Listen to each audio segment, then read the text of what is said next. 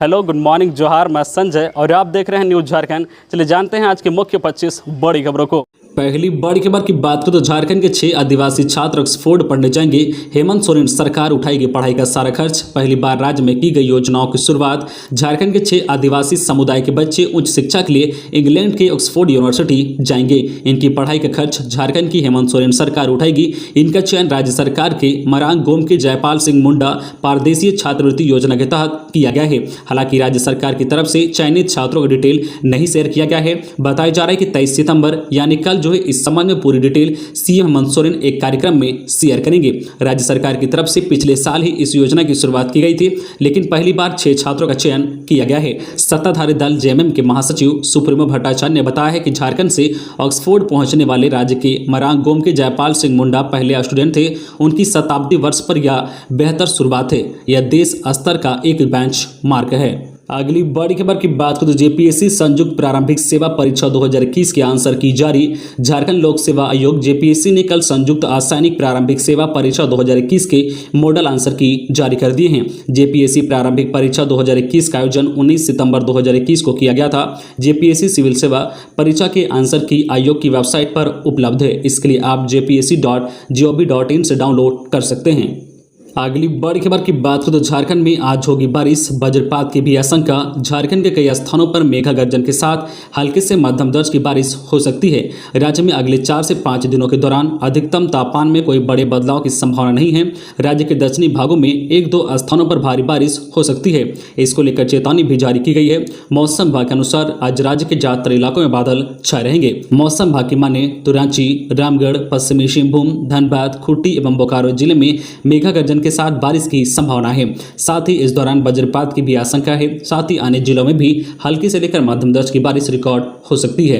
अगली बड़ी खबर की बात करें तो बोकारो में 44 पदों पर निकली वैकेंसी। झारखंड के बोकारो में 44 पदों पर भर्ती को लेकर वैकेंसी निकली है। इसके लिए जिला ग्रामीण विकास अधिकरण बोकारो ने अपनी आधिकारिक वेबसाइट पर नोटिस भी जारी किया है। जो लोग यह नौकरी करना चाहते हैं वे प्रकाशित नोटिफिकेशन को अच्छी तरह से पढ़े और दिए गए दिशा निर्देशों के अनुसार आवेदन की प्रक्रिया को जल्द से जल्द पूरा करें। लेखा सहायक के 4 पद, तकनीकी सहायक, खनिक अभियंता के 33 पद, तकनीकी सहायक, सहायक अभियंता के 7 पद हैं। अगली बड़ी खबर की बात करें तो गृह मंत्री अमित शाह से 26 को मुखातिब होंगे सीएम हेमंत सोरेन। मुख्य सचिव और डीजीपी होंगे शामिल। केंद्रीय गृह मंत्री अमित शाह 26 सितंबर को सभी राज्यों के मुख्यमंत्री, मुख्य सचिव और डीजीपी के साथ बैठक करेंगे। बैठक का विषय राज्यों में नक्सलियों की गतिविधियां हैं।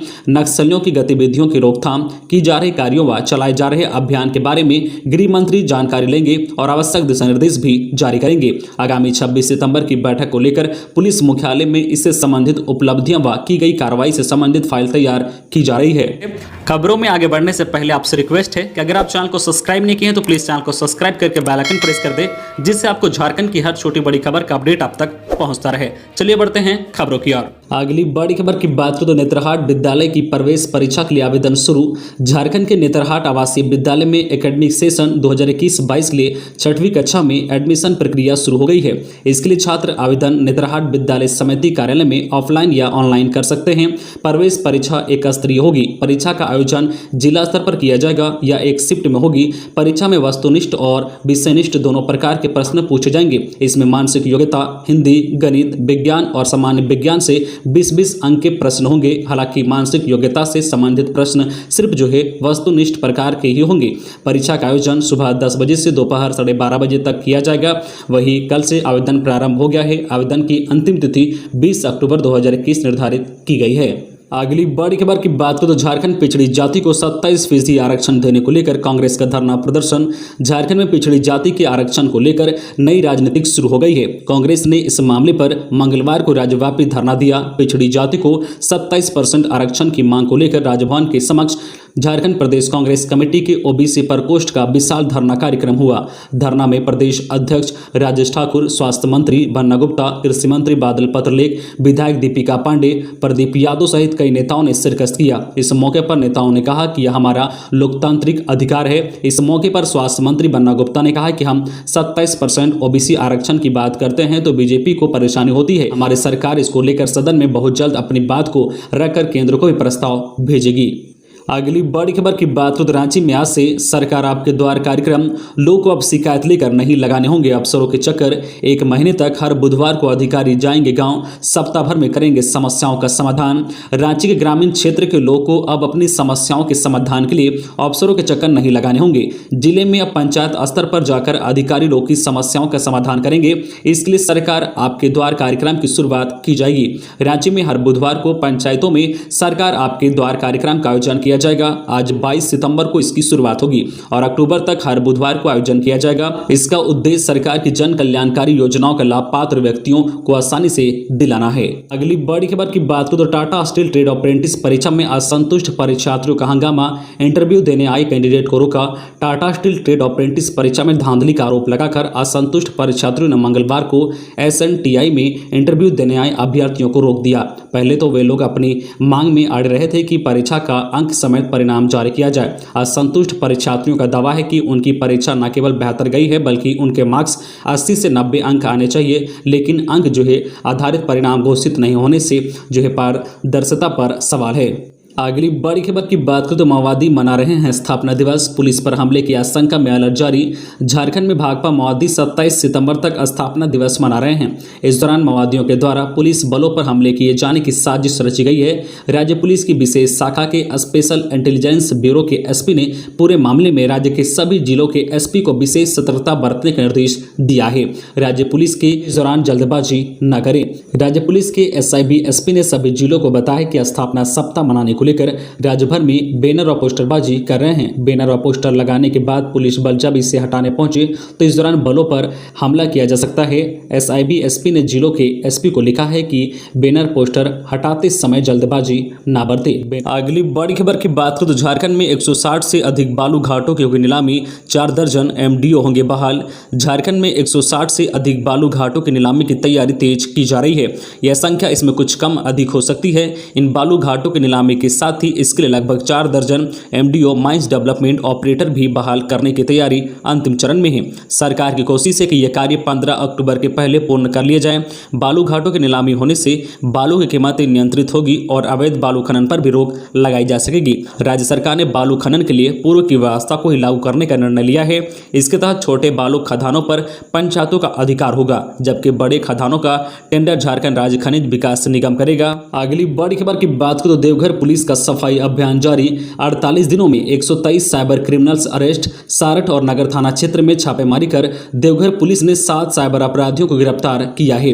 गिरफ्तार किए गए 7 साइबर क्रिमिनल्स के पास से पुलिस ने 16 mobile phone, 22 SIM card, 1 passbook और 2 ATM कार्ड बरामद किया है। वहीं इस गिरफ्तारी के बाद 5 अगस्त से 21 सितंबर तक कुल 123 साइबर अपराधियों को पुलिस ने धर दबोचा है। साइबर DSP सुमित प्रसाद ने बताया कि देवघर SP धनंजय कुमार सिंह के आदेश के आलोक में गुप्त सूचना के आधार पर नगर और सारठ थाना क्षेत्र में छापेमारी कराई गई है, जिसमें 7 साइबर अपराधियों की गिरफ्तारी हुई है। अगली बड़ी खबर की बात करें तो चक डैम के सहारे नदी पार करने के दौरान बह गए 2 लोग। दूसरे दिन पुलिस ने बरामद किया 100।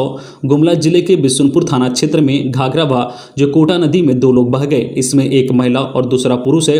दोनों का शव एक दिन बाद नदी किनारे से बरामद किया गया है। पहली घटना बनालता स्थित पुलिया विहीन घाघरा नदी में घटी है। यहाँ कटिया गांव निवासी बालदेव उरांव 55 वर्षीय की मौत नदी में आई बाढ़ में बहने से हो गई है। दूसरी घटना थाना क्षेत्र के सातों कोटा नदी में घटी है। यहाँ सावनी देवी 60 वर्षीय की बाढ़ में बह जाने से मौत हो गई है। अगली बड़ी खबर की बात करें तो स्कूल में माली का काम करने वाले की बेटी बनी एयर होस्टेस, अब भरेगी सपनों की उड़ान। लहरों से डरकर नौका पार नहीं होती, कोशिश करने वालों की हार नहीं होती। यह पंक्तियां झारखंड के लातेहार जिले की रहने वाली 20 वर्षीय अमूल्य एक्का ने सच साबित करके दिखाया है। दरअसल झारखंड के लातेहार जिले के महुआटांड़ के संत जोसेफ स्कूल में माली का काम करने वाले अनमोल एक्का की बेटी अमूल्य एक्का का एयर होस्टेस में सिलेक्शन हो गया है। 20 वर्षीय अमूल्य एक्का की शुरुआती पढ़ाई गाँव के सीमारंभ स्थित स्कूल संत मिखालाल साल से हुई है। उन्होंने इंटर की पढ़ाई संत जोसेफ से पूरी की है। बता दें कि अमूल्य के एयर होस्टेस बनना अपने आप में एक चैलेंज था। महुआटांड़ जैसे जंगली क्षेत्र में अक्सर बिजली की समस्या रहती है। ऐसे में बिना फोन और लैपटॉप के पढ़ना एक चुनौती जैसी थी। अमूल्य एक्का ने इन तमाम चुनौतियों को पार कर अपने सपने को सच साबित कर दिखाया है। अगली बड़ी खबर की बात करें तो झारखंड में नहीं थम रहा है हाथियों का उत्पात। 30 हाथियों का झुंड पहुंचने से दहशत में है रांची के ग्रामीण। झारखंड में हाथियों का उत्पात जारी है। एक बार फिर हाथियों का झुंड रांची जिले के बुंडू अनुमंडल के ग्रामीण इलाकों में पहुंचा है। इससे ग्रामीणों में दहशत है। हाथियों के झुंड ने खेतों में लगी फसलों को भी नुकसान पहुंचाया है। हाथियों के भय से लोग घर में रहने को मजबूर हैं। रांची जिले के बुंडू के सुमांडी में 30 हाथियों का झुंड पहुंचा है। पिछले दिनों सोनाहातू प्रखंड के सुदूर क्षेत्रों में सक्रिय लगभग 30 जंगली हाथियों का झुंड रविवार की रात्रि बुंडू अंचल क्षेत्र के सुमांडी गांव में जंगल में प्रवेश कर गया। सोमवार तड़ाके ग्रामीणों ने हाथियों को खेत में देखा। इसके बाद ग्रामीणों में दहशत है। लोग घर से बाहर निकलने से परहेज कर रहे हैं। जान मान के नुकसान से लोग भयभीत हैं। अगली बड़ी खबर की बात करें तो झारखंड के सभी थाने में लगेंगे सीसीटीवी कैमरे। जिला मुख्यालय से होगी निगरानी। झारखंड के सभी थानों में सीसीटीवी कैमरे लगाने की तैयारी है। इसकी जिम्मेदारी Jharkhand agency for promotion of information technology JFIT को दिया गया है। इसके साथ ही JFIT ने थाने में सीसीटीवी कैमरे लगाने को लेकर सर्वे व इससे संबंधित अन्य मसौदों का प्रस्ताव लगभग तैयार कर लिया है। इसे केंद्र को भेजा जाएगा।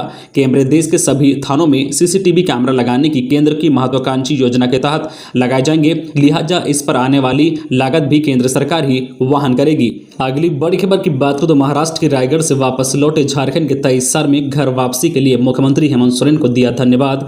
झारखंड के CM हेमंत सोरेन की विशेष पहल पर पश्चिमी सिंहभूम के 23 सार्मिक महाराष्ट्र के रायगढ़ से चकलधरपुर पहुंच गए हैं। सभी 23 सार्मिक SRC फेस्टिवल स्पेशल ट्रेन से मंगलवार को पश्चिमी सिंहभूम के चकलधरपुर पहुंचे हैं। यहां पहुंचने पर सभी सार्मिकों ने घर वापसी के लिए CM हेमंत सोरेन को धन्यवाद दिया है। बता दें कि सभी सार्मिक रायगढ़ जिले के एक कंपनी के तहत जो कोनकान रेलवे में इलेक्ट्रीशियन का काम करते थे। कंपनी इन्हें पिछले 3 महीने से वेतन नहीं दे रही थी। ऐसे में मुश्किल में काम कर रहे मजदूर घर वापसी का फैसला किया, लेकिन वेतन नहीं मिलने के कारण इन सार्मिकों के पास टिकट खरीदने तक के पैसे नहीं थे। इन सार्मिकों ने श्रम विभाग के राज्य प्रवासी नियंत्रण कक्ष से संपर्क कर मदद की गुहार लगाई। इसके बाद राज्य प्रवासी नियंत्रण कक्ष ने कंपनी के मैनेजर से बात कर सभी सार्मिकों के लिए ट्रेन भाड़े के मद में 10,000 रुपये की व्यवस्था कराई। बताया गया कि राज्य सरकार के दबाव पर कंपनी जल्द ही इन श्रमिकों के बकाया वेतन का भुगतान कर देगी।